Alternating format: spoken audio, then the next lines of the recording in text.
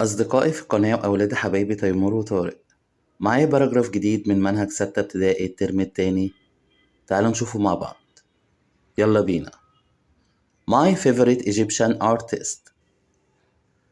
الفنان المصري المفضل بالنسبة لي.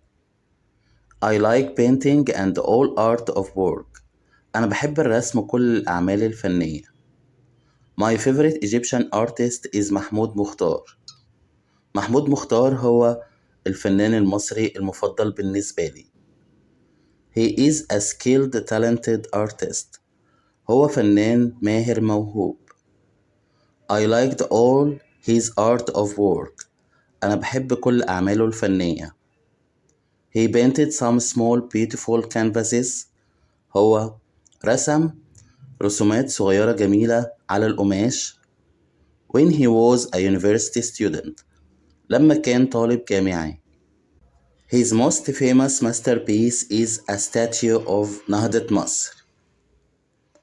رائعته المشهورة أو تحفته الفنية المشهورة اللي هو عملها هي is a statue of نهضة مصر. هو تمثال نهضة مصر which represented a woman who stands and a sphinx beside her.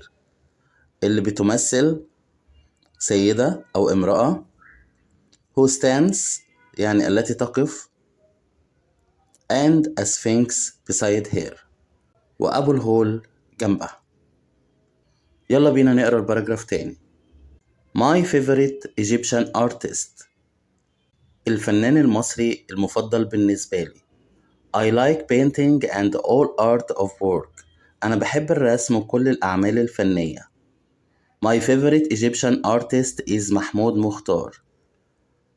الفنان المصري المفضل بالنسبة لي هو محمود مختار. He is a skilled talented artist. هو فنان ماهر موهوب. I liked all his art of work. أنا بحب كل الأعمال الفنية بتاعته. He painted some small beautiful canvases. هو رسم بعض الرسومات الصغيرة الجميلة على القماش. When he was a university student. لما كان طالب في الجامعة. His most famous masterpiece is a statue of نهضة مصر. وتحفته الفنية المشهورة جدا هي تمثال نهضة مصر which represented الذي يمثل a woman who stands سيدة تقف and a sphinx beside her وأبو الهول جنبها.